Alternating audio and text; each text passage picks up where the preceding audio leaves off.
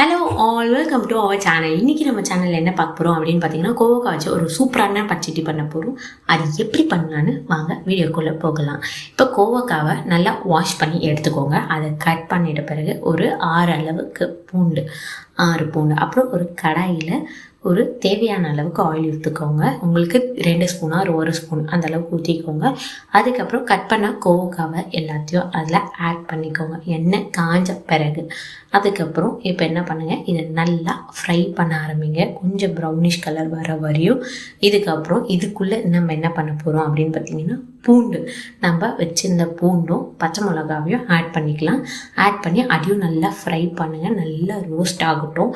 நல்லா ஒரு மாதிரி ப்ரௌன் கலரில் வர அளவுக்கு, மீடியம் ப்ரௌன் கலர் அளவுக்கு வர வரைக்கும் ரோஸ்ட் பண்ணுங்கள். எல்லா கோவக்காவும் வெந்திருக்கணும். அதுக்கப்புறம் நம்ம இதை ஒரு மிக்ஸி ஜாரில் எல்லாத்தையும் ஆட் பண்ணலாம். ஆற வச்சு ஆட் பண்ணிக்கோங்க. டெஃபினட்டாகவே சூப்பராக இருக்கும். இதுக்கப்புறம் தேவையான அளவுக்கு நம்ம சால்ட் ஆட் பண்ண போகிறோம். உங்களுக்கு எவ்வளோ அவ்வளவுக்கு வேணுமோ அந்த அளவுக்கு ஆட் பண்ணிக்கோங்க.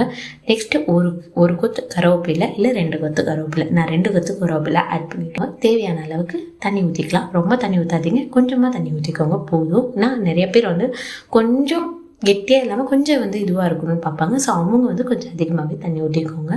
அடுத்தது இதுக்கு ஒரு தாளிப்பு கொடுத்துடலாம். அதே கடாயில் கொஞ்சமாக எண்ணெய் ஊற்றிக்கோங்க. எண்ணெய் ஊற்றிட்ட பிறகு கடுகு போட்டுக்கோங்க. நல்லா எண்ணெய் சூடான பிறகு கடுகு போடுங்க. ஏன்னா அப்புறம் இதுவாக இருக்காது. ஸோ கடுகு ஆட் பண்ணிக்கலாம். ஆட் பண்ண பிறகு கடுகு நல்லா பொரிஞ்ச பிறகு இதை அந்த தாளிப்பில் அந்த சட்னி கூடயோ இல்லை துவையல் கூடயோ ஆட் பண்ணிக்கோங்க. ஆட் பண்ண பிறகு சுட சாதத்தில் இதை சாப்பிட்டு பாருங்கள். செம்ம டேஸ்ட்டாக இருக்கும். தேவைன்னா கொஞ்சம் கீ ஆட் பண்ணிக்கோங்க. ரொம்பவே நல்லாயிருக்கும். வாரத்தில் ஒரு வாட்டி சுகர் பேஷண்ட்ஸ் எல்லாருமே இதை ட்ரை பண்ணி பாருங்கள்.